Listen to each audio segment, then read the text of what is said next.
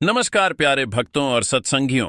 आप सब प्रेम और श्रद्धा के साथ बैठकर सुनिए। आज मैं आपको एक सरल उपदेश देना चाहता हूं जिसे आप अपने हृदय में ठहराइए और अपने जीवन में उतारिए। जान लीजिए कि जब भगवान की कृपा हो तो सब कुछ सहज रूप से मिलता है, पर भगवान की कृपा पाने के लिए हमें स्वयं को शुद्ध रखना होगा, अपने मन को नियंत्रित रखना होगा और उससे पहले हमारे भीतर की चाह, अर्थ की लोलुपता, जो कि सबसे बड़ा विक्षेप है, उसे त्यागना होगा। अर्थात प्रतिष्ठा, धन, यश ये सब जीवन के साधन हैं, परंतु यदि नियत धर्म प्रधान ना रहे और वाणी तथा आचरण शास्त्र सम्मत ना हो तो यही साधन हमें गिराने वाले बन जाते हैं। इसलिए सतत ध्यान रखो कि कभी भी अर्थ को प्रधान ना बनने दो। अर्थ को चरणों में रखो और मस्तक पूर्णतः भगवान के लिए समर्पित रखो।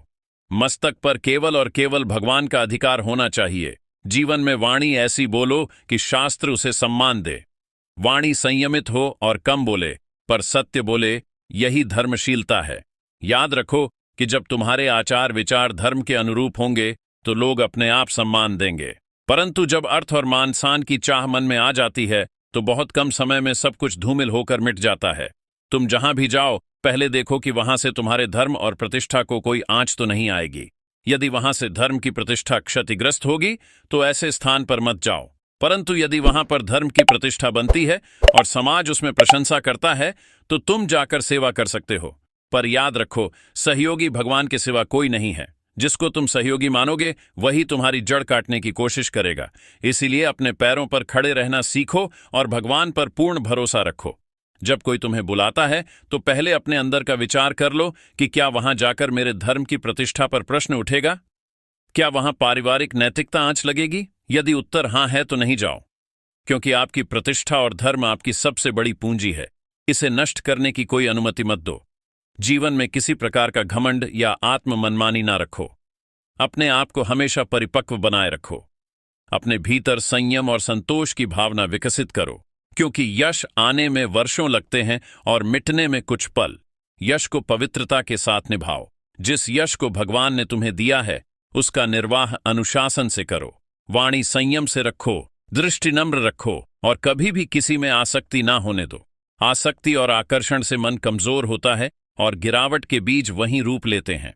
तुम चाहो तो संसार में साधुओं की तरह महान बन सकते हो, जिनके पास वैभव अपने आप आ जाता है क्योंकि उनकी जीवन शैली धर्म प्रधान है। जैसे नदी बिना बुलाए समुद्र में जाती है, वैसे ही धर्मात्मा पुरुष के पास वैभव आ जाता है। परंतु वैभव से प्रभावित होकर मन मठित ना हो। सत्संग करो, नाम स्मरण का अभ्यास करो, क्योंकि कलयुग में केवल नाम की प्रधानता से ही कल्याण संभव है। शास्त्र इस बात का संकेत देते हैं कि वर्तमान अव्यवस्थित और अपवित्र संसाधनों में यज्ञ पूर्ण रूप से संभव नहीं है। इसीलिए हमें नाम कीर्तन, नाम जय, श्रवण और गुण कीर्तन पर विशेष ध्यान देना चाहिए। यही मार्ग सीधे भगवत प्राप्ति तक जाता है। जहां तुम कथा सुनाने जाओ वहां भगवान को श्रोता बनाकर बोलो, परंतु उस स्थान का चुनाव बुद्धि से करो। ऐसे लोगों के सम्मुख मत जाओ जो तिरस्कार या उपहास का भाव रखते हो, क्योंकि वहां तुम्हारी मर्यादा पर चोट पहुंच सकती है और इस प्रकार तुम्हारा प्रभाव कम हो सकता है। जीवन में जो सहयोगी बनकर दिखते हैं उनमें से बहुत से लोग तुम्हें नीचा दिखाने की कोशिश करेंगे। इसलिए हमेशा सावधानी रखो और अपने पीछे पड़ने वाले प्रभावों को देखो। यदि तुम्हें पता चले कि 5 लोग तुम्हें गिराने का प्रयत्न कर रहे हैं पर 100 लोग प्रणाम कर रहे हैं, तब भी सावधान रहो, क्योंकि गिराने वाले कम संख्या में पर परिणाम भयंकर दे सकते हैं। धन और कीर्ति का उपयोग धर्म और सेवा में करो।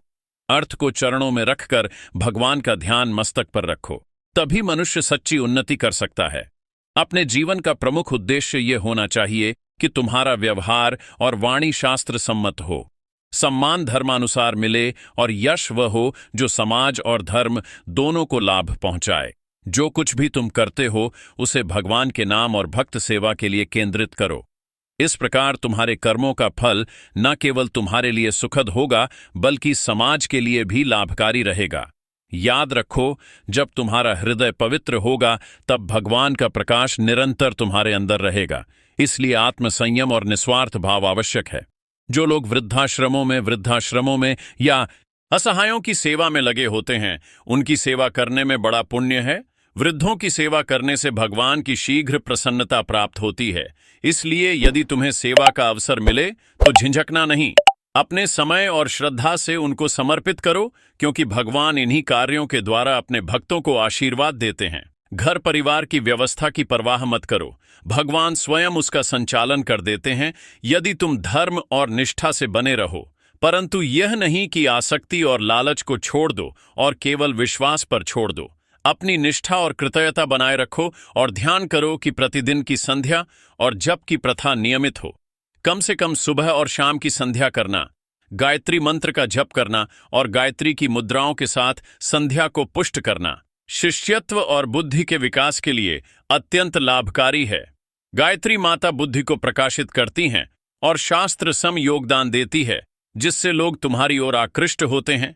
इसके अतिरिक्त दिनचर्या में मुद्राओं और त्रिकाल संध्या को निभाने वाले बहुत कम लोग हैं। यदि तुम नियमित रूप से त्रिकाल संध्या, नाम जप और उपासना करोगे तो तुम्हारा मन स्थिर रहेगा और ध्यान की शक्ति बढ़ेगी। ध्यान मन बहुत चंचल हो गया है इस संसार में, इसलिए साधारण पूजा और वासना से परे जाकर केवल नाम कीर्तन, गुण कीर्तन और श्रवण पर अधिक महत्व देना चाहिए। जब कोई तुमसे कोई प्रश्न करता है और तुम्हारे पास शास्त्र सम्मत उत्तर न हो तो नम्रता से कहो कि हमें वह ज्ञान नहीं है। घमंड करके उत्तर देने की कोशिश न करो, क्योंकि असली विद्वान वही होता है जो न केवल जानता है बल्कि जो उसने नहीं सीखा उसे भी नम्रता से स्वीकार कर लेता है। अनेक बार लोग ऐसा प्रश्न करके आते हैं जिनका उत्तर देने योग्य नहीं होता। ऐसे में मौन रहना भी ज्ञान का भाग है। अपने भीतर यह समझ विकसित करो कि जो अधिकारी है वही उत्तर दे, अर्थात जो जानकारी और अधिकार तुम्हें मिला है उसी के अनुसार बोलो, और जहां अधिकार नहीं है वहां मार्गदर्शन देने से परहेज करो। जीवन में सतत धर्म निष्ठा बनाए रखने के लिए संकल्पित रहो कि तुम धन और कीर्ति के पीछे नहीं भागोगे, परंतु यदि वह अपने आप आता है तो उसे धर्म के अनुसार उपयोग करोगे। जब यश बढ़ता है तो उसे धीरे धीरे बढ़ने दो और पवित्रता से निभाओ, क्योंकि यदि यश बढ़ते बढ़ते अहंकार भरेगा तो छोटा सा पतन भी सब कुछ मिटा सकता है। इसीलिए संयम और परिपक्वता आवश्यक है, ताकि जो कुछ भी तुम्हें मिला है वह धैर्यपूर्वक और धर्म के अनुसार निभाया जा सके। इसीलिए जब तुम सेवा में लगे रहो तो ना केवल बाहरी सेवा करो बल्कि अपने हृदय की सेवा भी करो। अपने भीतर के ताप और लोभ को क्षमित करो। हमेशा याद रखो कि भगवान ही तुम्हारे असली साथी हैं और जो कुछ भी तुम करते हो वह भगवान के द्वारा संचालित होता है। इसीलिए अपना भरोसा और समर्पण भगवान पर रखो। आंखों से लोगों की ओर देखो, पर मन में कभी भी उनका आदर कम ना होने दो। दृष्टि को शालीन रखो, भाषा को नम्र रखो और कर्मों को धर्म संगत रखो। यदि तुम पर पतन का डंका बाज उठेगा तो समझो कि वहां अर्थ प्रधानता घुस आई है। इसीलिए अर्थ को चरणों में रखो और मन को विनीत बनाओ। उस समय जब कोई तुम्हें प्रश्न पूछता है तो सहजतापूर्वक उत्तर दो, परंतु तमाम प्रश्नों को उत्तर देना आवश्यक नहीं है। कुछ प्रश्नों का उत्तर देना शास्त्र सम्मत नहीं हो सकता और ऐसे प्रश्नों में ना पड़ो। जीवन में सदैव यह सोचो कि तुम किस लिए जियो। यदि तुम स्वामित्व और शोहरत के लिए जीते हो तो वह स्थायी है, पर यदि तुम धर्म सेवा और नाम कीर्तन के लिए जीते हो तो तुम्हें स्थायी आनंद और आत्मिक उन्नति प्राप्त होगी। अपने जीवन के हर कार्य को भगवान के नाम कर दो और हर कर्म को एक सेवा मानकर करो। यदि किसी ने तुम्हें ऊंचा दर्जा दिया तो उसे नम्रता से स्वीकार करो और उसे प्रतिष्ठा का भार ना समझो। प्रतिष्ठा को भगवान की दी हुई जिम्मेदारी समझकर उसे धर्म के अनुसार निभाओ। कभी भी ऐसा व्यवहार मत करो जिससे किसी की प्रतिष्ठा को ठेस पहुंचे, बल्कि जहां सद्भाव बनाए रखने की आवश्यकता हो वहां तुम शांति के रक्षक बनो। याद रखो कि भगवान के प्रति निष्ठा ही तुम्हारी सबसे बड़ी सुरक्षा है। यही वह कवच है जो तुम्हें गिराने वालों से बचाएगा। इसीलिए अनवरत नाम जप करो, कीर्तन करो, भगवत कथा सुनाओ और सुनो। अपने आसपास के लोगों को भी नाम और प्रभु भक्ति का महत्व बतलाओ। जब तुम सतत नाम में लीन रहोगे तो आत्मिक शांति और बुद्धि का प्रकाश स्वतः बढ़ेगा, तथा जब तुम्हारे जीवन में कोई मोह या आसक्ति उत्पन्न हो तो तुरंत उसे पहचान कर त्याग कर दो। मोह और आसक्ति से निकलना कठिन हो सकता है, पर अनुशासन और साधना से यह संभव है। बच्चों को धर्मनिष्ठ बनाओ, उन्हें प्रभु स्मरण और ब्राह्मणता की महत्ता समझाओ और गायत्री, संध्या, जप और श्रद्धा का पालन कराओ। अपने घरों में सत्संग की परंपरा बढ़ाओ। माता पिता और वृद्धों का सम्मान करो और उनकी सेवा में अपना समय लगाओ, क्योंकि वृद्धों की सेवा करने में भगवान की विशेष प्रसन्नता है और यह जल्दी फल देती है। अपने आचरण में यह भी सुनिश्चित करो कि तुम किसी प्रकार के भेदभाव या अहंकार का प्रदर्शन न करो। सबको समान दृष्टि से देखो और सभी में ईश्वर का अंश मानो। इस प्रकार धर्म के मार्ग पर चलकर तुम न केवल अपने लिए बल्कि समाज के लिए भी आदर्श बन जाओगे। और यदि कहीं ऐसा स्थान आता है जहां तुम्हारी मर्यादा पर चोट पहुंच सकती है, जहां मूक उपहास या तिरस्कार हो, तो वहां जाने से पहले दोबारा विचार करो, क्योंकि कभी कभी उपेक्षा से प्रतिष्ठा भी धूमिल हो सकती है। इसलिए अपने आप को सावधान रखो और बुद्धिमत्ता से कदम बढ़ाओ। अंत में हमेशा यही प्रार्थना करो कि भगवान हमारी निष्ठा और सेवा को स्वीकार करें, हमारे हृदय को पवित्र बनाए रखें और हमें किसी भी प्रकार की अहंकार लोभ से दूर रखें। प्रभु का नाम जपो, कथाएं सुनाओ, भगवत कथा का प्रचार करो और अपने जीवन को धर्मनिष्ठ बनाओ। यही हमारा मार्ग है, यही हमारा धर्म है और इसी में सच्ची उन्नति और मुक्ति का मार्ग है। बस इतना ही कहूंगा कि अपने भीतर की शुद्धता बनाए रखो, अर्थ प्रधानता से दूर रहो, वाणी संयमित रखो और जीवन को भगवान के चरणों में समर्पित कर दो।